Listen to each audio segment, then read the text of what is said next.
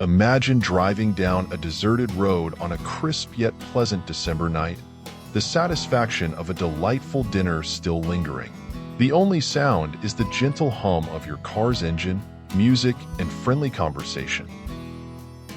Suddenly, around the bend, a blinding light appears above, turning your tranquil drive into a nightmarish encounter with the extraordinary and a deadly government conspiracy that endangers the public. That lived up to the hype. Yeah, we'll have to come back. Did you get enough to eat, Colby? Yup. Hey, what is that? Oh, that's just an airplane, honey.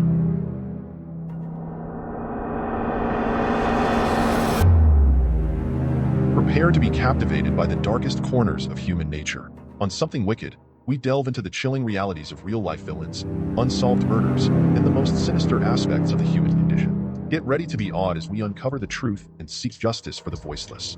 Subscribe now to explore what lurks in the shadows.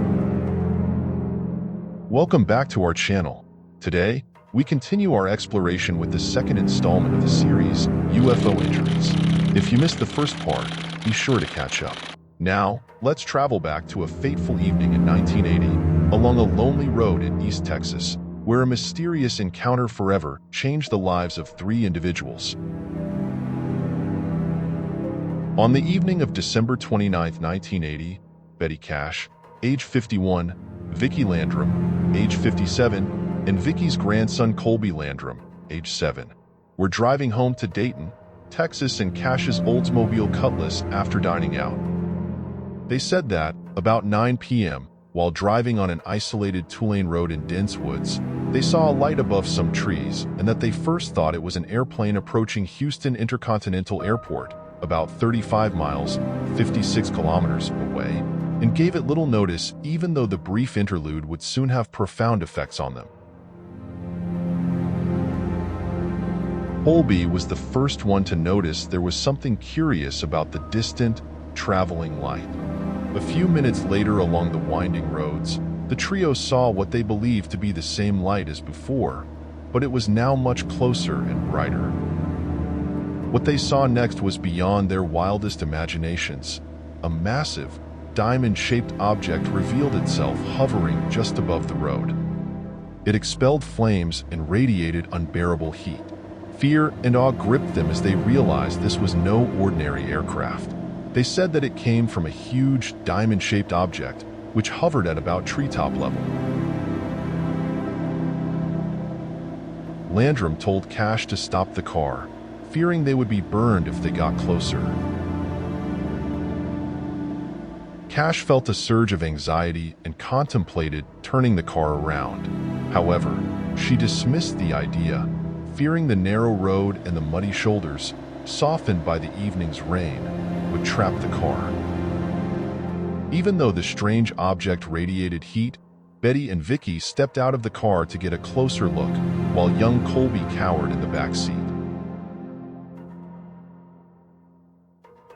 Vickie Cash, a devout born-again Christian, attempted to soothe the terrorized boy by explaining that the object was a sign of the second coming of Jesus Christ. That's Jesus. He will not hurt us. The strange object bobbed up and down, descended and ascended, belching a plume of flame from its base to rise.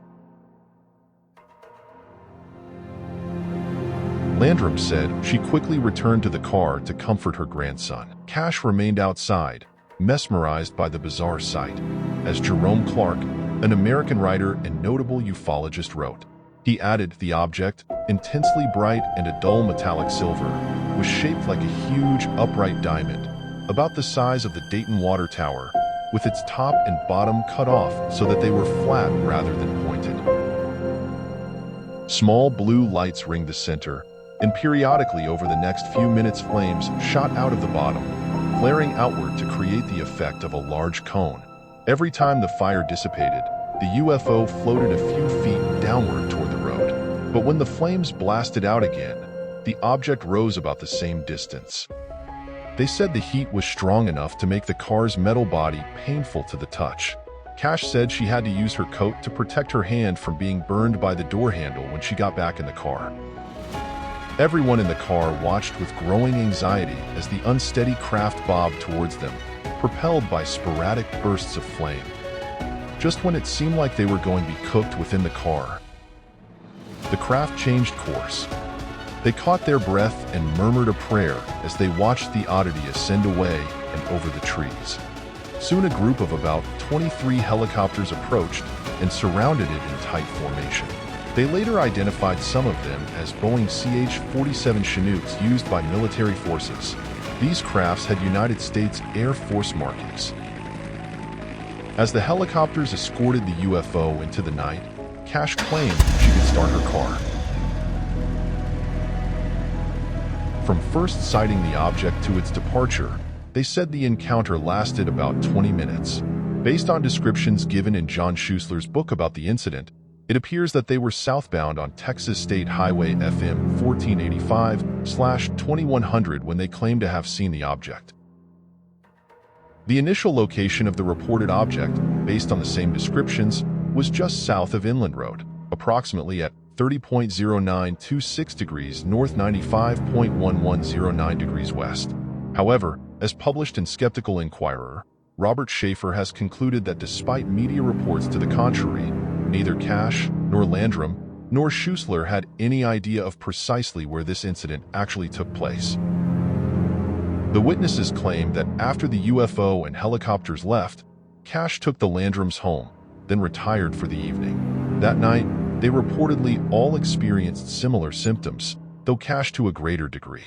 The claim was that they suffered from nausea, vomiting, diarrhea, generalized weakness, a burning sensation in their eyes, and feeling as though they were suffering from sunburn. Over the next few days, Cash said her symptoms worsened, with many large, painful blisters forming on her skin. When taken to a hospital emergency room on January 3, 1981, Clark writes, Cash could not walk and had lost large patches of skin and clumps of hair. She was released after 12 days, though her condition was not much better, and she later returned to the hospital for another 15 days. In a 1985 HBO documentary, UFOs, What's Going On?, Cash's hair loss was shown in pictures, and she claimed doctors switched from treating her for burns to treating her for radiation sickness after realizing she had been exposed to radiation. Later, she was treated for cancer. The Landrums' health improved somewhat, though reportedly both suffered from lingering weakness, skin sores, and hair loss. In April 1981, Vickie developed a cataract in one eye, and Betty was first treated for breast cancer in 1983. Neither condition was known to have been present prior to their UFO encounter. However, Brad Sparks contends that, although the symptoms were somewhat similar to those caused by ionizing radiation, the rapidity of onset was only consistent with a massive dose that would have meant certain death in a few days. Since all of the victims lived for years after the incident, Sparks suggests the cause of the symptoms was some kind of chemical contamination, presumably by an aerosol. In Gary Posner's contributed Cash-Landrum chapter for the 60-authored compendium titled The Reliability of UFO Witness Testimony, he agrees with Sparks about ionizing radiation, but concludes that there are myriad reasons for skepticism of virtually every aspect of this case. For example, regarding the above chronology in Clark, 1998, Posner notes that Betty's actual medical records, as detailed in Schuessler's 1998 document, that she was initially hospitalized from January 2nd to the 19th. Her attending physician noted little, if any, hair loss upon admission, though it did develop weeks later, and her dermatology consultant diagnosed only cellulitis/swelling of the scalp and face with no mention of any skin loss. Eventually, Cash and Landrum contacted their U.S. senators, Lloyd Bentsen and John Tower, who suggested that the witnesses file a complaint with the Judge Advocate Claims Office at Bergstrom Air Force Base. In August 1981, Cash, Landrum, and Colby were interviewed at length by personnel at Bergstrom Air Force Base, and were told that they should hire a lawyer and seek financial compensation for their injuries. With attorney Peter Gersten taking on the case pro bono, the case inched its way through the U.S. courts for several years. Cash and Landrum sued the U.S. federal government for $20 million. Testimony of officials from NASA, the Air Force, and the Army and Navy was given. A U.S. district judge considered their testimony and evidence that no agency of the U.S. government owned any such UFO, and military personnel had not piloted any of the reported helicopters. Ultimately, the judge dismissed their case on August 21, 1986. Even though they couldn't prove their case, the trio's lives were irrevocably changed by the bizarre December 1980 encounter. The incident drew significant attention from both tabloid and mainstream media, turning the women into minor celebrities with numerous TV appearances throughout the 1980s and early 90s. However, fame was never their goal. Cash and Landrum sought answers and justice from a government they believed had harmed them. Betty Cash, Vickie Landrum, and Vickie's grandson Colby suffered from symptoms consistent with radiation poisoning, including nausea, vomiting, diarrhea, weakness, burning sensations, severe blisters, hair loss, vision and hearing loss, blood abnormalities, and autoimmune issues. Ostracized and ridiculed by her community, Landrum revealed on Fox's sightings that the experience left her unable to work. Abandoned by friends, she became a virtual hermit in her hometown. Burdened by overwhelming medical debt and unable to care for herself, Cash moved to Alabama to live with her mother. Betty Cash succumbed to cancer on December 29, 1998, at age 69, exactly 18 years after the UFO encounter. Vickie Marzelia Landrum passed away at 83 on September 12, 2007. Colby Landrum, the youngest and sole surviving witness, endured lesser health impacts, yet remains haunted by that fateful night. He is isolated and viewed with lingering skepticism. Despite enduring persistent skin issues and weakness, the proof of that enigmatic encounter remains elusive. For most of his life, he shunned the spotlight, rarely speaking of the experience. However, in 2009, Colby broke his silence on UFO hunters, confronting Lieutenant Colonel Saran about the government's involvement. Yet, like his grandmother and Betty Cash, would he also be denied the answers he needed? Is classified. The author of the report is Lieutenant Colonel George Saran. His investigation has called much of Colby's story into question. For the first time, he is speaking out about the case and has come face to face with Colby Landrum. The only organization that had that many helicopters was the United States Army. 23 helicopters would be a real logistical operation. Being so close to a major international airport, the air traffic control people would definitely it would have been cleared through them. Did you ask them if they had any record of a flight of 23, give or take a couple helicopters, and the answer was? No, they had no record. But the investigation receives a piece of evidence that distinctly contradicts the lieutenant colonel's claims. A declassified handwritten note by George Saran himself, released through a Freedom of Information Act request. The note states that 100 helicopters landed at Robert Gray Airfield at nearby Fort Hood that same evening. I have no idea why I might have wrote that down. In those days, it was kind of a closed down place that was just used on the weekends by the reserves and the National Guard. There would have never been anything like that. Famous last words. I don't have an answer for that.